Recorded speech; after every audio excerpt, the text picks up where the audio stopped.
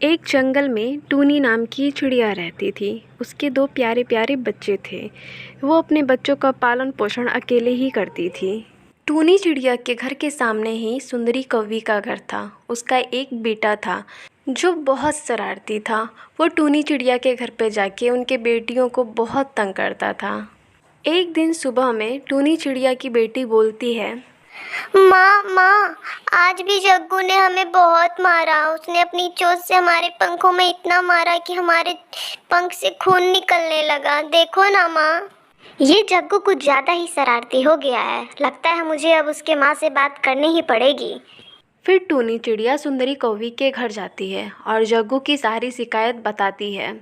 फिर सुंदरी कौवी गुस्से में आकर जग्गू की बहुत पिटाई करती है। अरे अरे बहन जी, आप ये क्या कर रही हैं? बच्चों को इस तरह नहीं मारा करते हैं। नहीं नहीं बहन जी, ये आजकल बहुत ज़्यादा ही शरारत करने लगा है और इसकी शरारतें दिन पर दिन बढ़ती ही जा रही हैं। तो मैं क्या करूँ माँ, मेरा कोई दोस्त ही नहीं बनता है। मैं टूनी आंटी के बच्चियों के पास जाता हूँ खेलने तो उन्हें लगता है कि मैं सता रहा हूँ। अरे बेटा, तो आपको ऐसे बोलना चाहिए ना कि मुझे आपसे दोस्ती करनी है, तो मेरे बच्चे आपके साथ खेलेंगे। अच्छा, आप चलो मेरे साथ मेरे घर, मेरे बच्चों के साथ बहुत खेलना आप, ठीक है? फिर टूनी चिड़िया जग्गू को अपने साथ अपने घर लाती है और उसके बच्चे उसके साथ बहुत खेलते हैं, बहुत मस्ती करते हैं। इसी तरह कई दिन बीत जाते हैं। सुंदरी कौवी का बेटा जग्गू टूनी चिड़िया के बच्चों के साथ बहुत ही खुश था और बहुत ही ज़्यादा मस्ती कर रहा था। देखते ही देखते बारिश का मौसम आ गया। एक दिन बहुत ही तेज़ तूफान और बारिश आता है और जंगल के सारे पेड़ पौधे को तहस नहस कर देता है, जिसके कारण बहुत सारे मासूम पक्षियों और जानवरों की जानें चली गई थीं और उनके बच्चे भी बिखर जाते हैं। जग्गू एक पेड़ की डाली पर बैठकर रो रहा था। माँ, तुम कहाँ हो माँ? जल्दी आओ माँ, मुझे अकेले डर लगता है। माँ कहाँ हो तुम? जल्दी आओ। तभी वहाँ पर टूनी चिड़िया आती है और कहती है, अरे बेटा जग्गू, तुम यहाँ बैठ के रो क्यों रहे हो? और तुम्हारी माँ सुंदरी कहाँ है? मेरी माँ बाढ़ के पानी में कहीं बहकर चली गई। मैं उन्हें कब से ढूंढ रहा हूँ, नहीं मिल रही हैं। और आपके भी बच्चे नहीं दिख रहे हैं, वो लोग कहाँ हैं? जग्गू बेटा, मेरे भी बच्चे नहीं मिल रहे हैं, वो लोग कहीं बहकर चले गए। इस तूफान में कितने पक्षी और मासूम जानवरों की जानें चली गई। चलिए टूनी आंटी, हम उन्हें ढूंढते हैं, वो क्या पता यहीं कहीं हो। नहीं बेटा, तुम मत चलो, तुम यहीं रहो और मेरा इंतज़ार करना। मैं अभी आती हूँ उन लोगों को ढूंढ कर। फिर टूनी चिड़िया जंगल की तरफ जाती है। वो बहुत देर तक अपने बच्चों और सुंदरी कौवी की तलाश करती है। तभी उसकी नज़र अपने बच्चों पर पड़ती है, जो कि वो लोग पानी में मरे पड़े थे और वहीं पर सुंदरी कौवी भी मरी पड़ी थी। ये देखकर टूनी चिड़िया बहुत रोती है और कहती है, हे भगवान, मेरे बच्चों के साथ ये क्या हो गया? अब मैं किसके सहारे रहूंगी? और सुंदरी कौवी की भी मौत हो गई। हे भगवान, अब मैं जग्गू को क्या कहूँगी, क्या बताऊंगी उसे कि उसकी माँ नहीं रही, उसकी माँ की मौत हो गई। नहीं नहीं, मैं उसे सच नहीं बताऊंगी। मैं कह दूंगी कि उसकी माँ मुझे नहीं मिली। फिर टूनी चिड़िया रोते हुए जग्गू के पास लौट आती है। क्या हुआ आंटी, मेरी माँ का कुछ पता चला? नहीं बेटा, मैंने बहुत तलाश किया पर किसी का पता नहीं चला। जंगल में बहुत सारे पक्षियों और जानवरों की लाशें पड़ी हैं। अगर मेरी माँ को कुछ हो गया तो मैं कैसे रहूँगा? कौन मेरी परवरिश करेगा? कौन मेरा ख्याल रखेगा?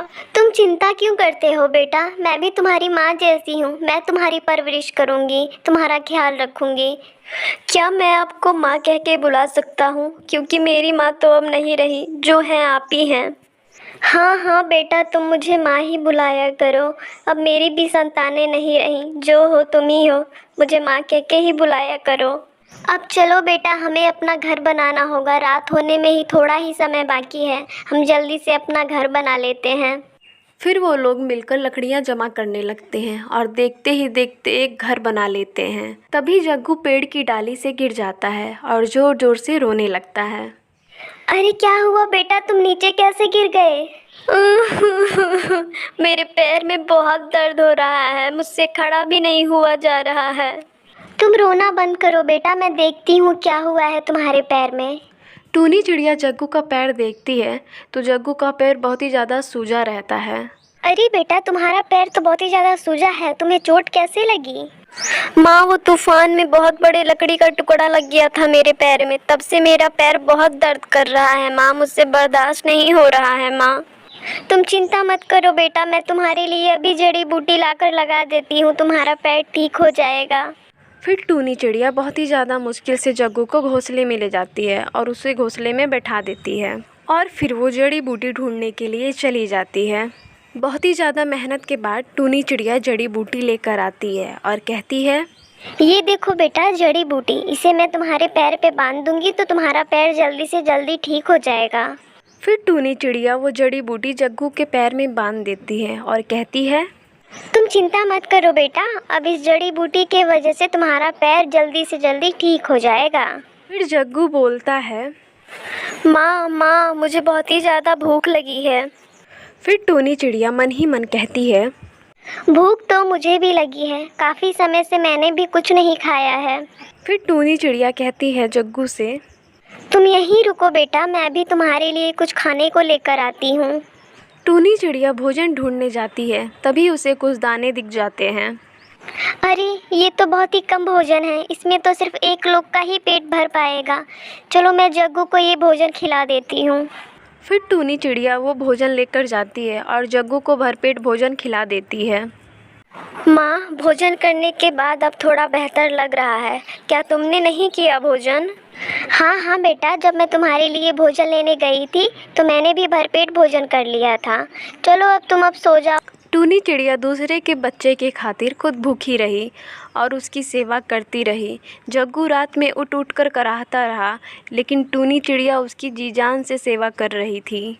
टूनी चिड़िया ने रात भर जग्गू के पैर की मालिश की, तब जाके जग्गू चैन की नींद सोया और टूनी चिड़िया रात भर जागती रही। और अगली सुबह, अरे बेटा जग्गू, तुम्हारे पैर का दर्द कैसा है अब? हाँ माँ, मेरे पैरों का दर्द अब बिल्कुल ठीक है और ये सब आपकी वजह से हुआ है। मुझे मालूम है आप मेरी कितनी चिंता करती हो और मुझे मालूम है रात से आपने कुछ नहीं खाया है। आप रात भर मेरे लिए जागी हो और मेरी सेवा की आपने।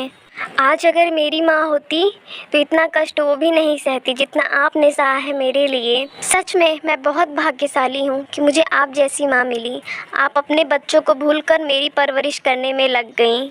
सच में आपकी ममता महान है माँ, मैं आपके बिना नहीं रह सकता हूँ माँ। ये तो सब भाग्य का खेल है बेटा। तुम्हारे रूप में मुझे एक संतान मिल गया बेटा, हम लोग हमेशा साथ रहेंगे। अगर आपको हमारी कहानी पसंद आई हो तो हमें कमेंट बॉक्स में ज़रूर बताएं और इसी तरह की कहानियाँ देखने के लिए हमारे चैनल को सब्सक्राइब करें और वीडियो को लाइक करें।